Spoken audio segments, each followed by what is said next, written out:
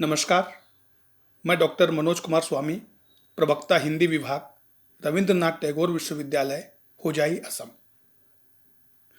Corona का संकट अब वैश्विक बदलाव का नया प्रस्थान बिंदु बन चुका है। इसका असर मानव जीवन पर कई रूपों में पड़ने वाला है। कुछ संकेत अब स्पष्ट रूप से दिखने लगे हैं।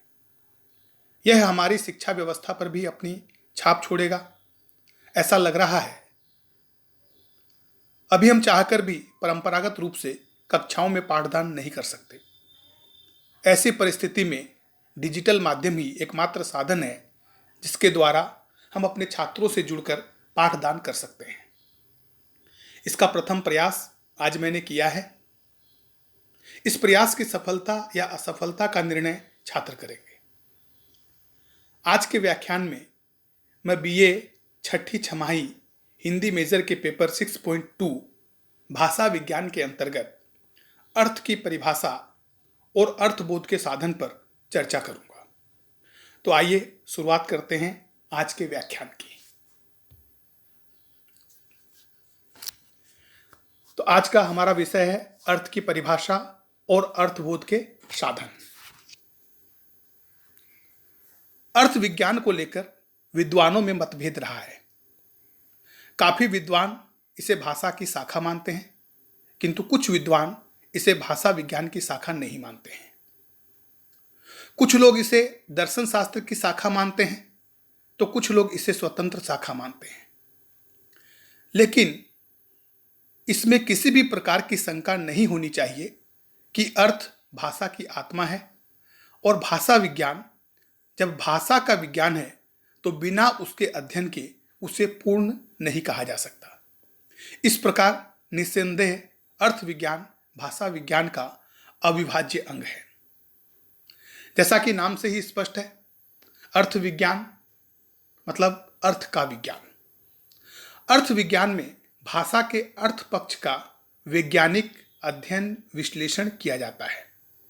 अर्थ प्रतीति, अर्थ परिवर्तन की दिशाएं एवं कारणों पर भाषा विज्ञान की जिस शाखा में विचार होता है उसे अर्थ विज्ञान कहा जाता है।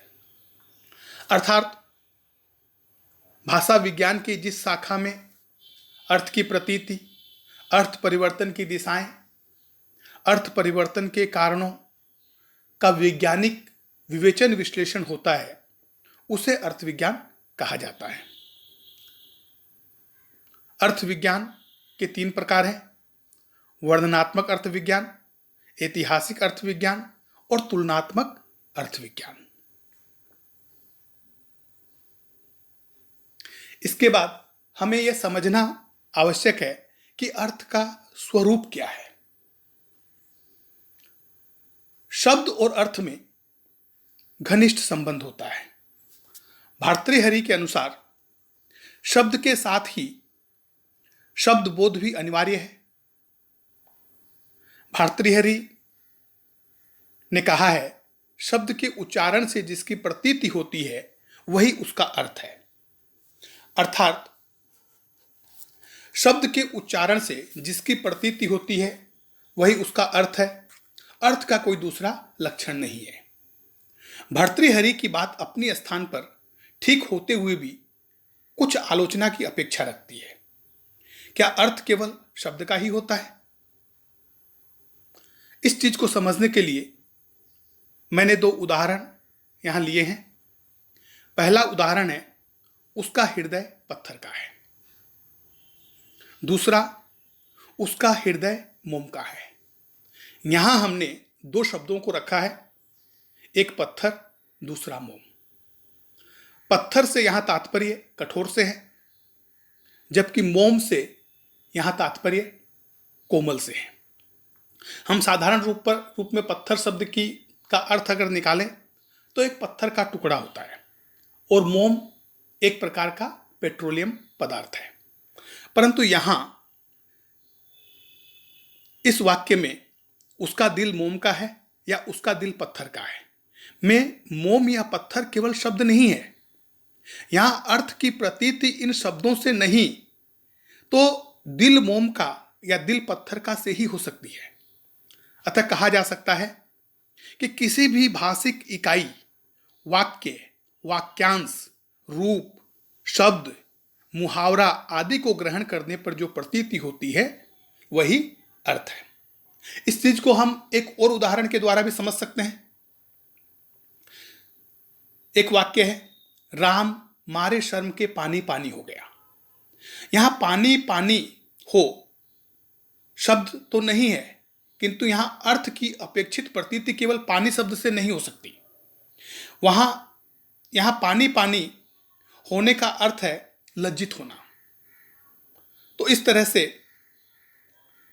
किसी भी भाषिक इकाई को किसी भी इंद्रिय से ग्रहण करने पर जो मानसिक प्रतीति होती है वह अर्थ कहलाती है।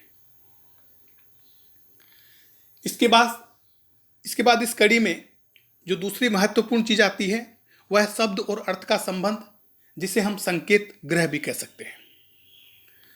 मनुष्य बाह्य इंद्रिय तथा अंतर इंद्रियों के द्वारा अर्थ ग्रहण करता है, पर यहां प्रश्न उठता है कि किसी एक विशेष शब्द का एक विशेष अर्थ ही क्यों होता है।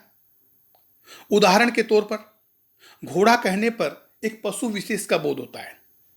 हमारे मन में उस वक्त पेड़, पानी या चिड़िया के बारे में विचार नहीं उत्पन्न होते। इसका कारण यह है कि भाषा यादृच्छिक ध्वनि प्रतीकों की व्यवस्था है। इसका अर्थ यह होता है कि भाषा के शब्द प्रतीक हैं। समाज के विभिन्न शब्दों को विभिन्न अर्थों के प्रतीक के रूप में स्वीकार किया है। इसलिए शब्द विशिष्ट अर्थों के प्रतीक या संकेत हैं, जिसके कारण श्रोता उन शब्दों को उन्हीं अर्थों में ग्रहण करता है। इसे ही संकेत ग्रह कहा जाता है। किस शब्द से किस अर्थ का बोध होना चाहिए, यह निश्चित करने वाले साधन को संकेत कहते हैं। संकेत ग्रह का संबंध विशेष रूप से व्यवहार में होता है। अतः संकेत ग्रह व्यवहार के रूपांतर ही कहे जा सकते हैं। शब्द की शक्ति का बोध कराने वाला ग्राहक कहलाता है। अतः संकेत ग्रह का अभिप्राय उस साधन से है जो शब्द की शक्ति तथा उसके अर्थ का बोध करा सके।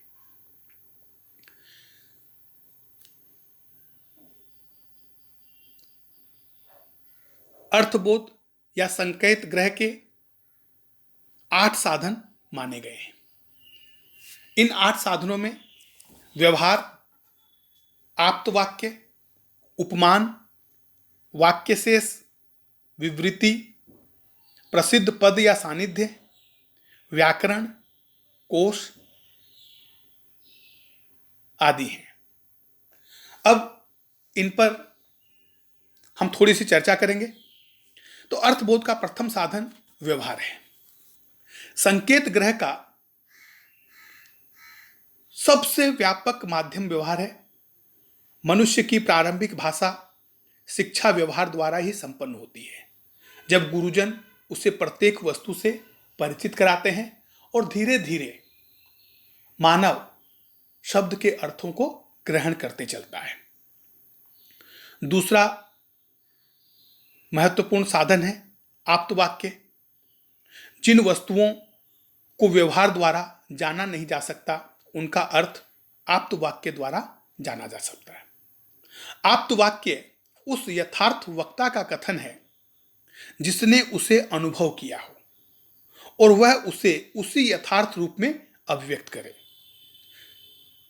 उदाहरण के लिए ईश्वर, धर्म, पाप, पुण्य आदि शब्दों का अर्थ आप्तवाक्य द्वारा ही जाना जा सकता है, क्योंकि सर्वसाधारण को ईश्वर, धर्म, पाप, पुण्य आदि की अनुभूति नहीं हो पाती है। अर्थबोध का तीसरा प्रमुख साधन है उपमान। उपमान का अर्थ है सादृश्य। बहुत से ऐसे शब्द हैं जिनका अर्थ साक्षात नहीं मालूम होता, बल्कि उनके अर्थ का ज्ञान सादृश्य से होता है। जैसे गाय की तरह नीलगाय या वृक्ष की तरह कल्प वृक्ष। जब हम नीलगाय शब्द का प्रयोग करते हैं तो हमें साधारण रूप से यह आभास हो जाता है कि नीलगाय गाय की तरह ही कोई पशु है, या फिर कल्प वृक्ष कहने मात्र से हम ये महसूस करते हैं या हम ये समझ लेते हैं कि कल्प वृक्ष जो है वह पीपल या नीम के पेड़ की तरह से कोई एक वृक्ष है। अर्थबोध का चौथा साधन है वाक्य शेष, जिसे प्रकरण भी कह सकते हैं। अर्थबोध के इस साधन की सहायता वहां ली जाती है जहां शब्द के अनेकार्थक अर्थ होने के कारण अर्थ का ठीक से निर्णय नहीं हो पाता है। जैसे उदाहरण के तौर पर यहां हम एक शब्द ले सकते हैं रस। रस के अनेक अर्थ हैं। आनंद को भी रस कहते हैं, शरबत को भी रस कहते हैं, भोज्य रस को भी रस कहते हैं, और हमारे साहित्य में जो 9 रस की बात कही गई है वे भी रस कहलाते हैं। इनमें कौन सा अर्थ अभिप्रेत है यह उस शब्द के प्रयुक्त होने पर प्रकरण के अनुसार ज्ञात हो पाता है। अब उदाहरण के रूप पर अगर हमारे सामने कोई व्यक्ति एक थाली में कई गिलासों को लेकर के आए और कहे कि रस लीजिए, तो यहां रस का अर्थ शरबत होगा। वहीं अगर एक दूसरा वाक्य ले, रस काव्य की आत्मा है, तो यहां रस शब्द का अर्थ शरबत नहीं हो सकता है। यहां रस का अर्थ काव्य रस है। तो इस तरह से हम प्रकरण, वाक्य प्रकरण के द्वारा भी, वाक्य शेष या प्रकरण के द्वारा भी अर्थबोध ग्रहण कर सकते हैं। अर्थबोध का और एक प्रमुख साधन है विवृत्ति। विवृत्ति का अर्थ है व्याख्या। बहुत से ऐसे शब्द हैं जिनका अर्थ एक शब्द से नहीं बताया जा सकता। उन शब्दों के अर्थ को समझने के लिए उनकी व्याख्या करनी पड़ती है। हम यहां उदाहरण के लिए के रूप में एक शब्द ले सकते हैं वृषभानुजा। अगर हम इस शब्द को विच्छेद करें तो वृषभानु जोड़ जा बराबर वृषभानु की पुत्री अर्थात राधा। इसी शब्द को हम दूसरी तरह से, फिर एक अलग तरह से इसको हम इसका विच्छेद कर सकते हैं। वृषभ जोड़ अनुज बराबर गाय। तो इस तरह से एक ही शब्द वृषभानुजा, इसकी अलग अलग रूप में व्याख्या होने पर इसके 2 अलग अलग अर्थ निकलते हैं।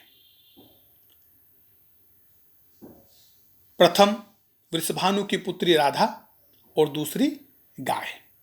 तो इस तरह से एक ही शब्द की अलग अलग दृष्टि से व्याख्या होने पर अलग अलग अर्थों का बोध होता है। अर्थबोध के साधनों में छठा साधन है प्रसिद्ध पद या सानिध्य। कभी कभी विख्यात शब्दों के साथ अनाख्यात शब्द या पद रख दिया जाए तो उसका अर्थ आगे पीछे के शब्दों की सहायता से समझ में आता है। मसलन बाग में गुलाब, बेला, चमेली, जूही, नरगिस की छटा देखने लायक है।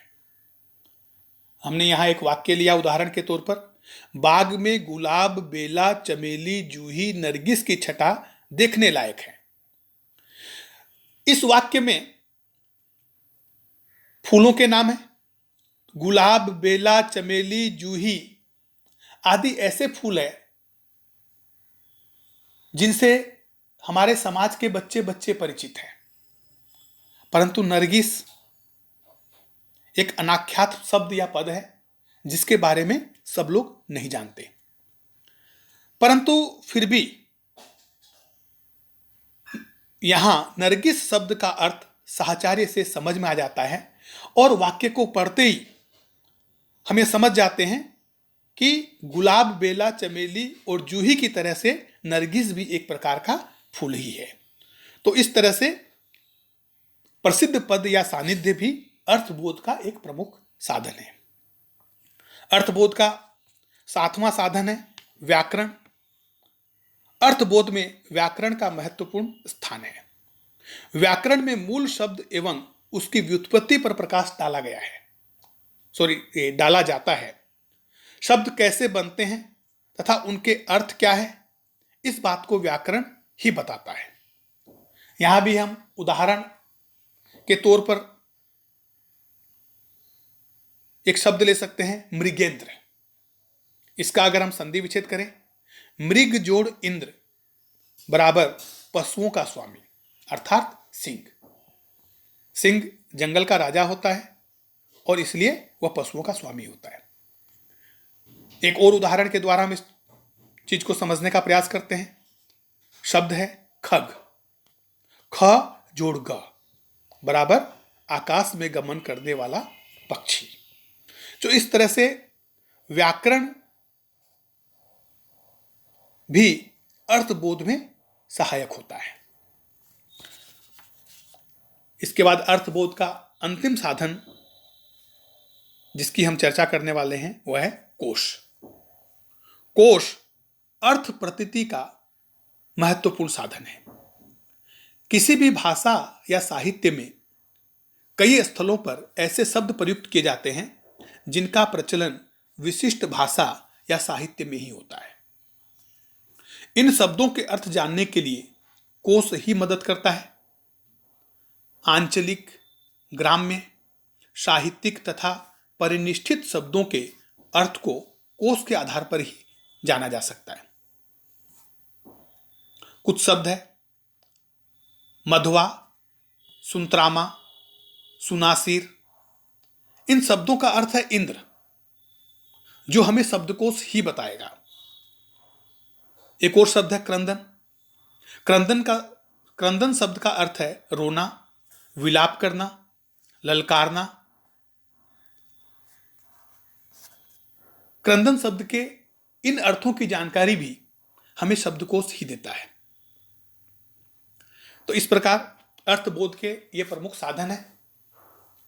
अर्थ विज्ञान के अंतर्गत कुछ महत्वपूर्ण विषय अभी भी बचे हुए हैं।